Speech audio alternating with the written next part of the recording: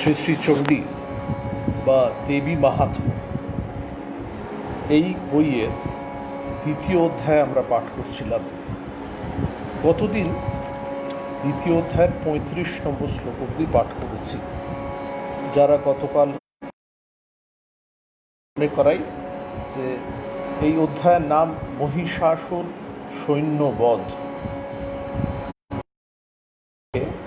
দেবতারা ধীরে ধীরে সজ্জিত করলেন অনেক অস্ত্রশস্ত্র দিয়ে।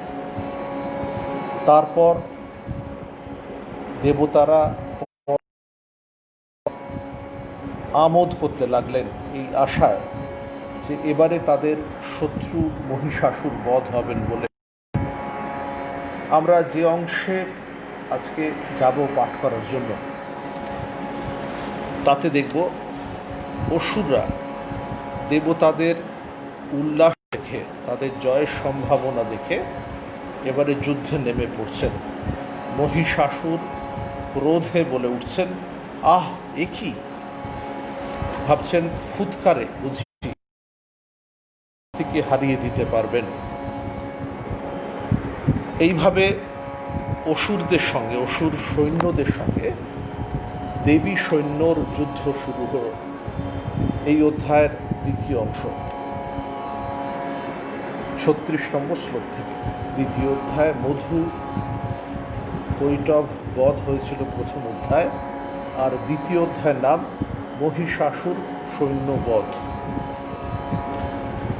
সন্নদ্ধাখিল সন্ন্যাস্তে সমুদ্রস্থুর উদায়ুধা আহ কিমেতৎ ইতি ক্রোধাৎ আভাষ্য মহিষাসুর অভ্যধাবত তৎ শব্দম অশেষৈর অসুরৈর্বৃত সদদর্শ ততো দেবী ব্যপ্তলোকত্রয়াং তৃষা পাদাক্রান্ত্য়া নতভুবং কিরীটোল্লিখিতাম্বরাম শোভিতা শেষপাতালা ধনুর্যানিস্বনেন তাম দিশো ভুজসহস্রেণ সমন্তাদ ব্যাপ্য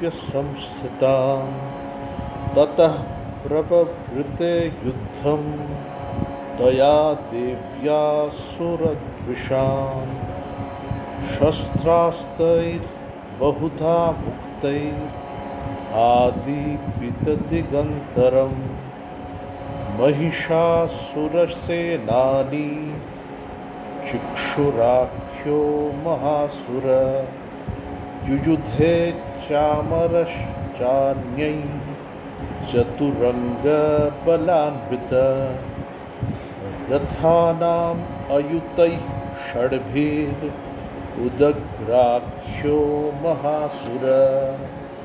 আমরা ৩৬ নম্বর শ্লোক থেকে বাংলা অনুবাদ করছি।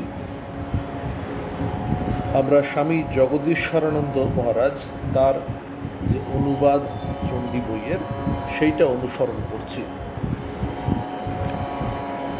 মহিষাসুর আর তার সৈন্য সামন্তরা দেবতাদের উল্লাস দেখে এবারে অস্ত্র শস্ত্রাদি উদ্যত করে উত্থিত হল। মহিষাসুর ক্রোধে আহ এ কি! এই কথা বলে অসংখ্য অসুরের সঙ্গে সেই শব্দ অভিমুখে ধাবিত হল। তারপর যার অঙ্গ জ্যোতিতে ত্রিভুবন আলোকিত, যার পদভরে পৃথিবী অবনতা, যার ধনুকের টঙ্কারে পাতাল পর্যন্ত সপ্ত লোক আকুলিত, যিনি হাজার হাতে 10 দিক পরিব্যাপ্ত করে অবস্থিতা এবং যিনি গগন স্পর্শী মুকুট পরিহিতা, সেই দেবী দুর্গাকে মহিষাসুর দর্শন করল। অনন্তর সেই অসুররা যারা দেবতাদের দেশ করছিল, তারা বহু প্রকারে নিক্ষিপ্ত অস্ত্র শস্ত্রের দীপ্তিতে 10 দিক উদ্ভাসিত করে সেই দুর্গা দেবীর সঙ্গে যুদ্ধে প্রবৃত্ত হল। মহিষাসুরের সেনাপতি চিক্ষু ও চামর দুটি সেনাপতির নাম। এরা রথ, গজ, অশ্ব, পদাতিক এই চতুরঙ্গ সৈন্য এবং অন্যান্য মহাসুরের সহযোগে দেবীর সঙ্গে যুদ্ধ করতে লাগল। সংস্কৃত অযুধ্যতায়ুতানাঞ্চ সহস্রেণ মহাহনু পঞ্চাশদ্ভিঃ চ নিযুতৈঃ असिलोमा महासुर अयुतानां शतैः षड्भिः बाष्कलो युयुधे रणे गजवाजी सहस्रौघैः अनेकैः परिवारित वृतो रथानां कोट्या च युद्धे तस्मिन् अयुध्यत विडालाख्यो युतानाञ्च पञ्चाशद्भिरथायुतैः युयुधे संयुगे तत्र रथानां परिवारित अन्ये च तथायुतशो रथनागहयैर्वृता युयुधुः संयुगे देव्या सह तत्र महासुरा कोटिकोटिसहस्रैस्तु रथानां दन्तिनां तथा हयानां च वृतो युद्धे तत्राभून्महिषासुर तोमरैः हिन्दिपालैश्च শক্তিভির্মুসলৈস্তথা। আমরা 42 নম্বর শ্লোক থেকে অনুবাদ করছি। যারা অসুররা যুদ্ধ করতে এসেছেন মহিষাসুরের পক্ষ থেকে, তাদের মধ্যেও রয়েছেন বেশ কিছু সেনাপতি। তাদের নামগুলো এখানে পাওয়া যাবে। অনুবাদ: উদগ্র নামক মহাসুর 60,000 এবং মহাহনু নামে মহাসুর 1 কোটি রথ নিয়ে যুদ্ধ করল। এছাড়া অসিলোমা নামক মহাসুর 5 কোটি ও বাষ্কলাসুর 60 লক্ষ রথ নিয়ে রণক্ষেত্রে যুদ্ধ করল। পরিবারিত নামক মহাসুর অনেক হাজার ঘোড়া ও হাতি এবং 1 কোটি রথে পরিবেষ্টিত হয়ে সেই যুদ্ধে নেমে পড়ল।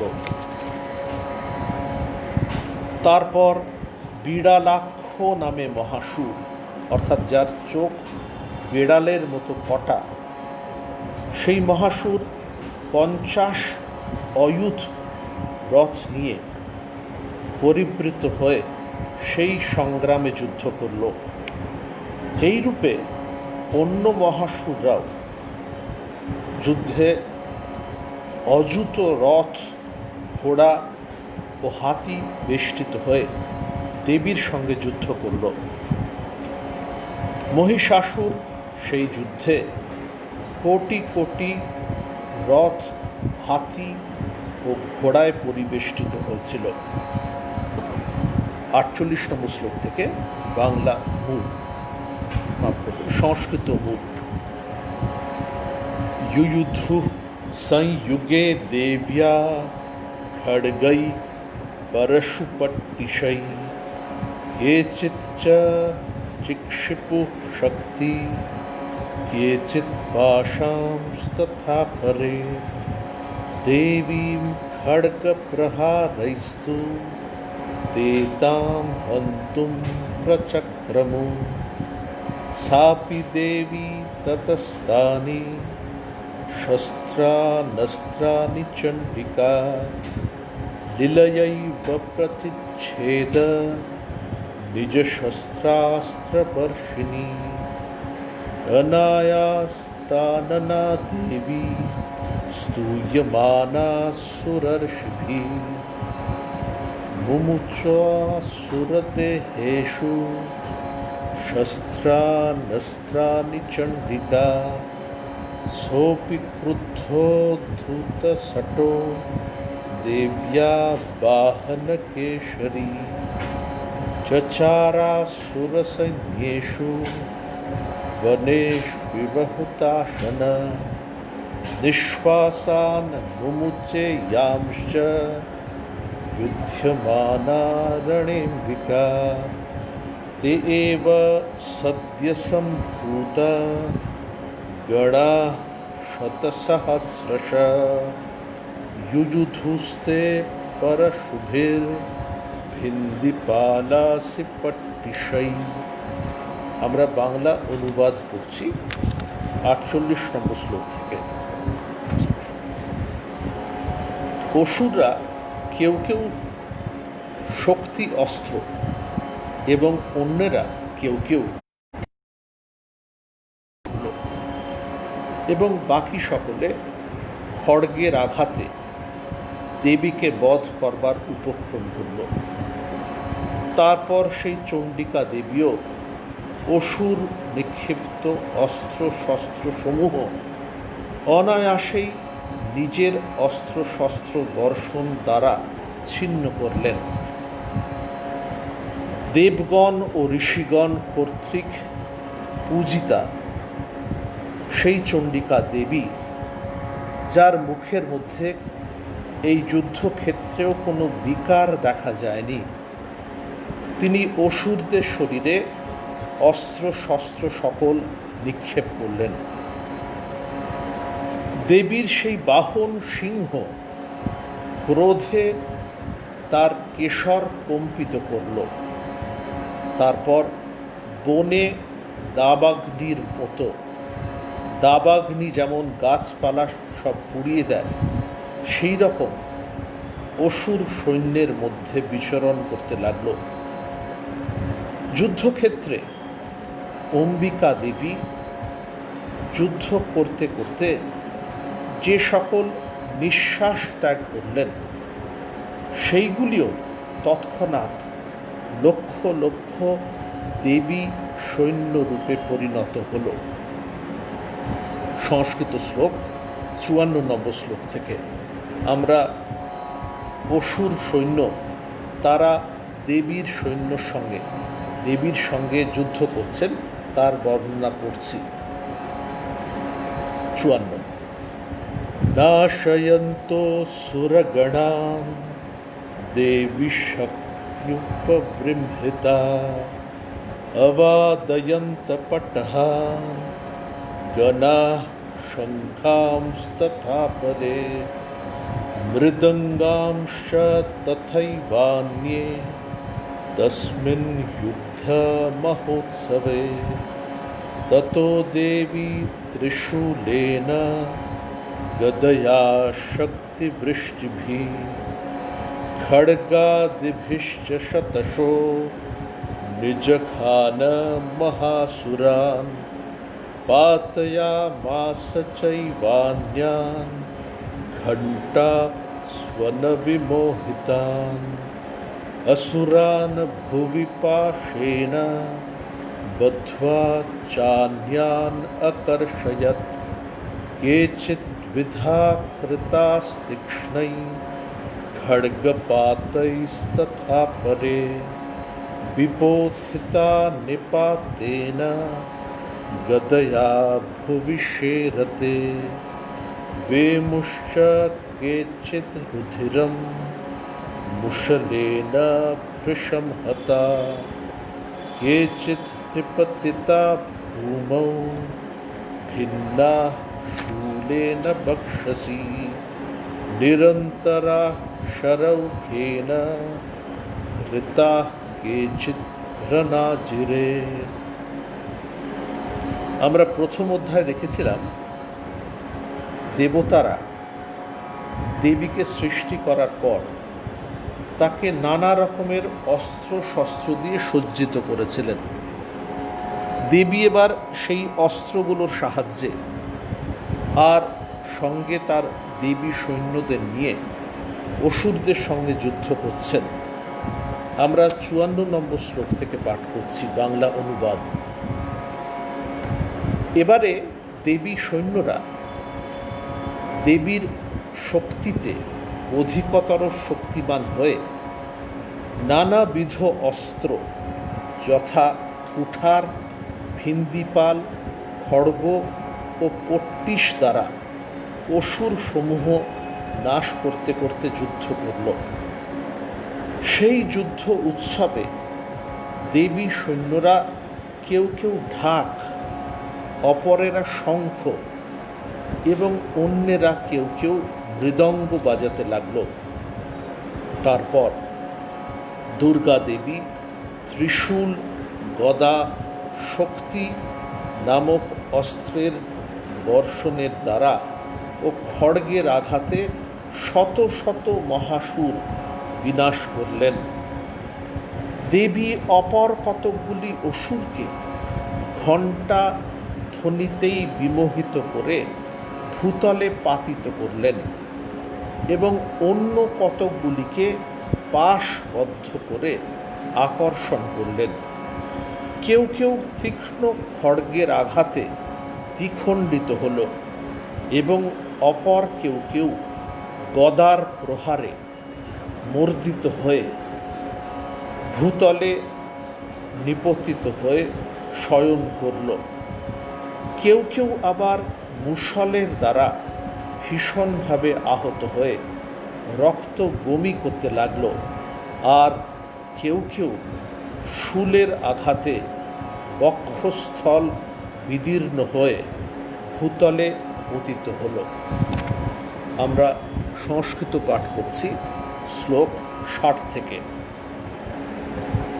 সেনানুকারিণঃ প্রাণান মুমুচুঃ ত্রিদশার্দনা কেষাঞ্চিৎ বাহবশ্চিন্না ছিন্নগ্রীবাস্তথা পরে শিরাংসি পেতুরন্যেষাম अन्ये मध्ये विदारिता विच्छिन्न जङ्घास्त्वपरे पेतुरुर्भ्यां महासुरा एकबाह्वक्षिचरना केचिद्देभ्या द्विधा कृता छिन्नेऽपि चान्ये शिरसि पतिताः पुनरुत्थिता कबन्धा युयुधु देव्या गृहीत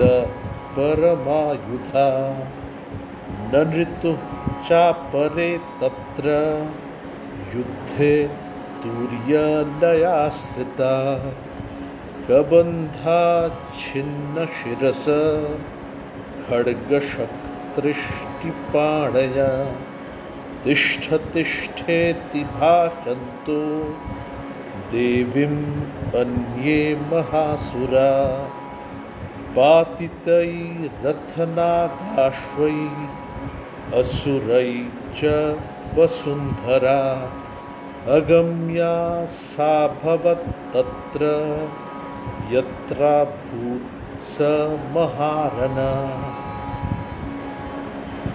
এবারে বর্ণনা হচ্ছে দেবীর যে নানা অস্ত্র শস্ত্র দিয়ে মহিষাসুরের সৈন্যদের সঙ্গে যুদ্ধ করছেন, সেই অস্ত্রগুলোর নাম আমরা কিছু পাচ্ছি। দেবীর সৈন্যরাও দেবীর উপস্থিতিতে শক্তিধর হয়ে নানাবিধ অস্ত্র দিয়ে অসুরদের আহত করছেন বা হত্যা করছেন।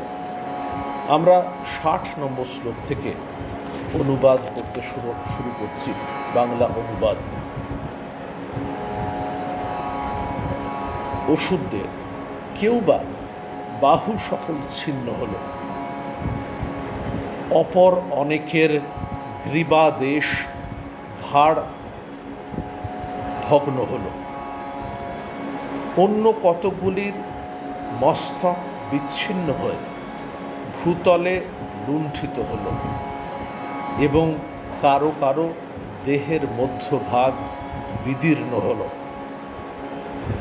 অপর কতকগুলি মহাসুর দেবী কর্তৃক ছিন্ন জঙ্ঘা হল এবং অন্য কেউ কেউ দ্বিখণ্ডিত হয়ে এক বাহু, এক চক্ষু বা এক পদে ভূপতিত হল।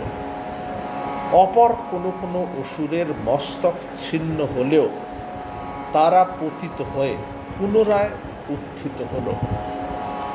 কতকগুলি অসুর আবার মস্তক ছিন্ন হলেও নিজের উত্তম অস্ত্র গ্রহণপূর্বক দুর্গা দেবীর সঙ্গে যুদ্ধ করতে লাগল।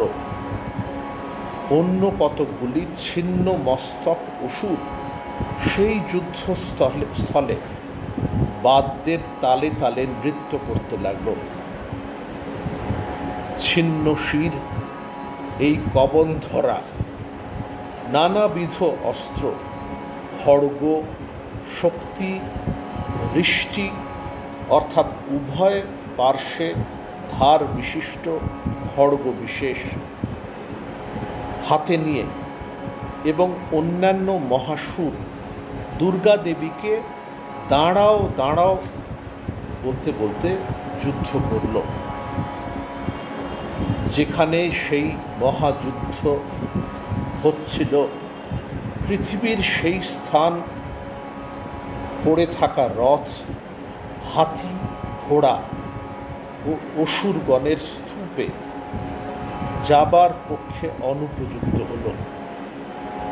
আমরা সংস্কৃততে ফিরে যাচ্ছি, ৬৬ নম্বর শ্লোক পাঠ করছি। রক্তাক্ত সেই যুদ্ধক্ষেত্র, তার বিবরণ।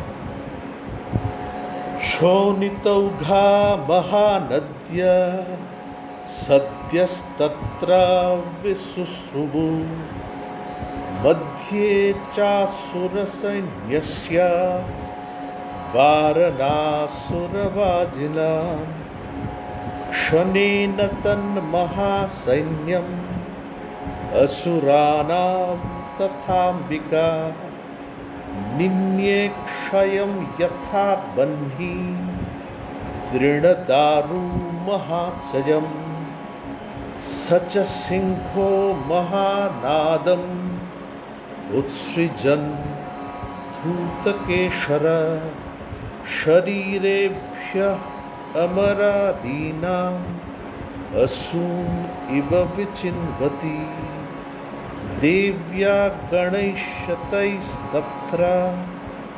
ঋতম যুদ্ধম তথা সুরৈ যথৈষাম তুতুষুর্দেবা পুষ্পবৃষ্টিম উচো দিবি। যুদ্ধের বিবরণ অর্থাৎ মহিষাসুর সৈন্য বধের যে বিবরণ, তার শেষ অংশে পৌঁছে গেছি। বাংলা অনুবাদ ৬৬ নম্বর শ্লোক থেকে পড়ছি। যুদ্ধক্ষেত্রে অসুর সৈন্যরা, তাদের মধ্যে হাতি, ঘোড়া ও নানা অসুরদের রক্তধারা সকল বিরাট নদীর মতো প্রবাহিত হল। আগুন যেরম তৃণস্তূপ ও কাষ্ঠ রাশিকে ভস্মীভূত করে, ঠিক সেই রকম দুর্গা দেবী বিশাল অসুর সৈন্য অল্প সময়ের মধ্যেই ক্ষয় অর্থাৎ ধ্বংস করলেন। দেবীর বাহন যে সিংহ,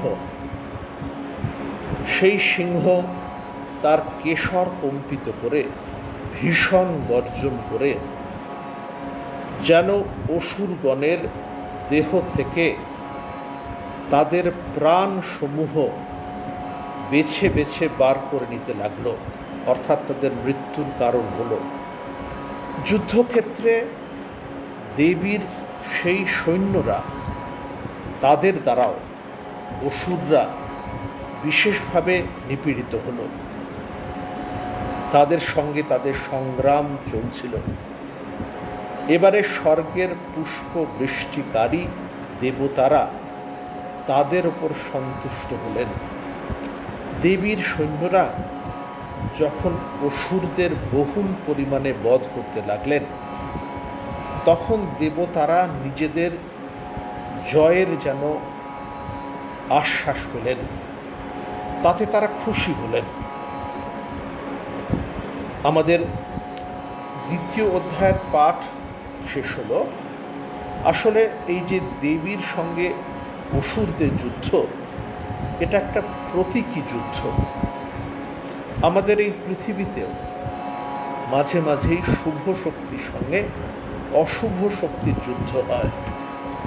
মাঝে মাঝে যারা সৎ ভাবাপন্ন মানুষ, তারা হতাশ হয়ে পড়ে। তারা ভাবে এই বুঝি অশুভ শক্তিরই জয় হলো। তখন তারা উচ্চতর সেই শক্তি, যাকে আমরা ভগবান বা দেবী বলে সম্বোধন করছি, তার কাছে আন্তরিক প্রার্থনা করে যে আমাদের ভেতরে শক্তি দাও, তুমি এসে এই অশুভ শক্তিকে সরিয়ে শুভ শক্তির জাগরণ ঘটাও। দেবতারাও সেইভাবে ব্রহ্মাকে সামনে নিয়ে, ব্রহ্মা, শিব আর বিষ্ণু তাদের মিলিত শক্তিকে জাগিয়েছিলেন। এদের তিনজনের সঙ্গে দেবতাদের যে শক্তি একত্র হয়ে এক নারী মূর্তির সৃষ্টি করেছিল। যেহেতু ঋষি কাত্যায়নের আশ্রমে এটা হয়েছিল, তাই এই নবনির্মিতা নারী মূর্তিকে কাত্যায়নী বলা হয়। নারী মূর্তিতে যখন প্রাণ সঞ্চার হলো, তখন তার তীব্র অট্টহাস্য অসুরদের মনে ভয় উৎপাদন করল। মহিষাসুর অবাক হয়ে বললেন, এ আবার কি? তার মানে একজন নারী এসে আমাদের সঙ্গে যুদ্ধে নেমেছে, আমাদের যুদ্ধে আহ্বান করছে। মহিষাসুরের যারা সৈন্যরা, তারা দেবীর সঙ্গে যুদ্ধ করতে শুরু করল। এই জগতেও দেখা যায় না, যখন শুভ শক্তি প্রথম জেগে ওঠে, তখন অশুভ শক্তির চতুর্দিক থেকে তাকে দাবিয়ে দেওয়ার চেষ্টা করে। কিন্তু যখন শুভ শক্তি চতুর্দিক থেকে একত্র হয়, সমবেত হয়, যখন আমরা নিজেদের মধ্যে যে দ্বন্দ্ব, নিজেদের মধ্যে যে মত পার্থক্য, তাকে সরিয়ে রেখে একত্র হয়ে শুভ শক্তিকে জাগাই অশুভ শক্তির বিরুদ্ধে, তখন অশুভ শক্তি তার কাছে পরাভব স্বীকার করে। মহিষাসুরের যে সৈন্য, বিরাট সৈন্য, আমরা লক্ষ কোটি সংখ্যায় তাদের আগমনের কথা, উপস্থিতির কথা পড়লাম। এরা ধীরে ধীরে দেবী সৈন্যের কাছে পরাজিত হচ্ছে, তার বিবরণ পড়লাম। এই বিবরণে আসলে আমাদের পরবর্তী অধ্যায় নিয়ে যাবে, যে অধ্যায়ের নাম মহিষাসুর বধ। আমরা জানি এই যে শারদীয়া দুর্গা পুজো, এই দুর্গা পুজোয় আসলে দেবী দুর্গা মহিষাসুরকে বধ করেছিলেন। সেই আখ্যানের পরিণতি হচ্ছে তৃতীয় অধ্যায়। চণ্ডী গ্রন্থের অবশ্য সেখানে ইতি হয়নি, তারপরেও আরও 10টি অধ্যায় আছে। রয়েছে অসাধারণ কিছু স্তব, যেখানে দেবীকে কৃতজ্ঞতা জানাচ্ছেন দেবতারা মহিষাসুরের নিধনের পরে। এরপরে যখন আবার অশুভ শক্তি আর এক কল্পে, আর এক যুগে অশুভ শক্তি জাগছে শুম্ভ নিশুম্ভ রূপে, তখন তারা আবার দেবীর কাছে গিয়ে সমবেতভাবে প্রার্থনা করছেন। আমাদের যদি ইতিহাসের দিকে তাকানো যায়, মাঝে মাঝে অশুভ শক্তির এইভাবে জাগরণ হয়। নানা নামে তারা আসেন, কখনো বা তার নাম হিটলার, কখনো বা সাদ্দাম হোসেন। এইভাবে তারা জগতের বহু মানুষের হত্যা বা ত্রাসের কাজ করেন। কিন্তু এক সময় শুভ শক্তি জেগে ওঠে। দীর্ঘদিন নিপীড়িত থেকেও এক সময় সত্যের, শুভ শক্তিরই জয় হয়। দেবী যেন সেই শুভ শক্তির প্রতীক। তিনি যেন সম্মিলিত শুভ শক্তির প্রতিভূ হয়ে আমাদের সবার পক্ষ থেকে ধ্বংস করছেন সে অশুভ শক্তিকে। শারদীয়ার পূজা তাই জন্য শুধু একটা আনন্দ উৎসব মাত্র নয়, এর মধ্যে দিয়ে আমাদের মধ্যে যে আবিলতা, যে বুদ্ধির মালিন্য, যে দারিদ্র্য, ভগবদ্গীতায় যাকে কার্পণ্য দোষ বলা হয়েছে, সেগুলো ভাগবতী শক্তির আগমনে দূর হয়ে যায়। আমাদের মধ্যে শক্তির জাগরণ হয়। স্বামী বিবেকানন্দ এই জন্য বেলুড় মঠে দুর্গা পুজোর পত্তন করেছিলেন, যাতে দেশে শক্তির আবাহন হয়, দেশের মধ্যে থেকে তামসিকতা চলে গিয়ে দেশ শুভ বুদ্ধির পথে চলে, আবার দেশময় শুভ শক্তির সাহায্যে ক্রিয়াত্মক শক্তি তা সঞ্চারিত হয়। আমাদের মধ্যে যে অলসতা, যে তামসিকতা, এবং যার ফলে আসুরি শক্তির জাগরণ হয়, শুভ শক্তির জাগরণ হলে এই অশুভ শক্তি চলে যাবে। সূর্যের জাগরণ হলে যখন রাতের অন্ধকার চলে যায়, সেইভাবে দেবীকে জাগার ফলে রামচন্দ্র যখন দেবী দুর্গাকে জাগালেন, তখন যেরকম রাবণ রূপী অশুভ শক্তির বিনাশ হয়েছিল, সমাজেও সেই রকম অশুভ শক্তি তা ধ্বংস হবে। সমাজ, দেশ তখন আরেকবার জেগে উঠবে, ভগবানের শক্তিতে আরেকবার তৈরি হয়ে সদা জাগ্রত হয়ে।